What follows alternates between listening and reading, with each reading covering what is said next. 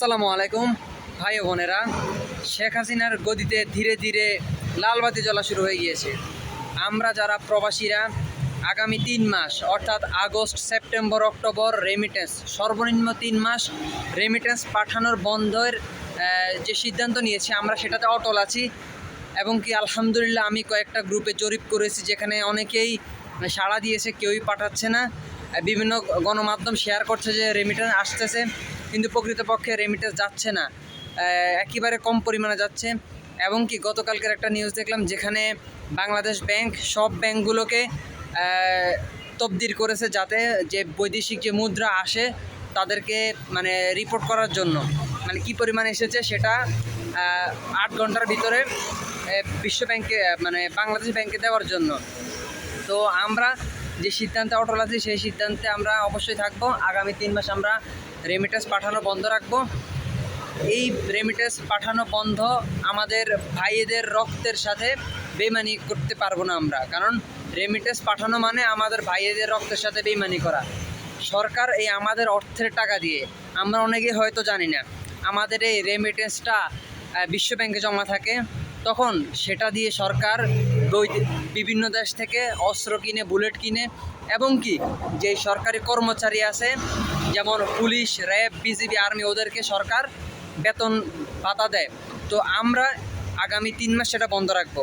এবং কি দেখুন ধীরে ধীরে ওদের রূপ পরিবর্তন হচ্ছে। দেখুন সরকার আগের চেয়ে যখন বোবা কান্না করছে, এবং কি যারা সরকার দলীয় লোক তারা এখন বারবার আমাদেরকে কি বলছে যে রেমিটেন্স পাঠাও, হাত জোর করছি।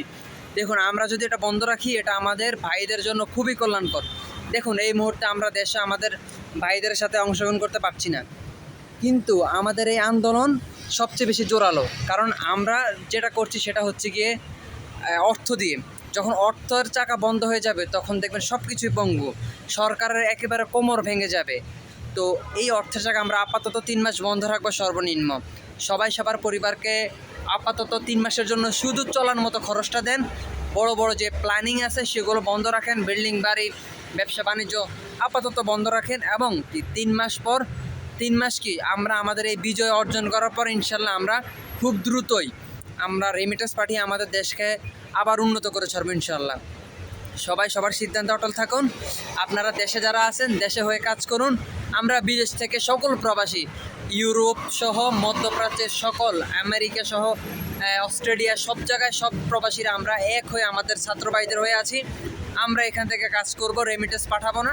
আপনারা দেশের হয়ে কাজ করেন, দেশের সাথে এগিয়ে যান। একে একে আমাদের যেই বিশ্ববিদ্যালয়ের শিক্ষকরা, আইনজীবীরা সকলে কিন্তু রাজপথে নেমে চলে এসেছে। তো একে একে সবাই নেমে আসবে। এখন হচ্ছে বিজয়ের পালা, সরকার পতনের পালা। আমরা ইনশাল্লাহ বিজয় নিয়ে আমরা ঘরে ফিরবো। আমরা আমাদের শহীদ ভাইদের যে রক্তের সাথে বেইমানি না করে আমরা বিজয় নিয়ে সঠিক দাবি আদায়ের মাধ্যমে আমরা ঘরে ফিরবো ইনশাল্লাহ। সবাই ভালো থাকবেন, সুস্থ থাকবেন। আসসালামু আলাইকুম।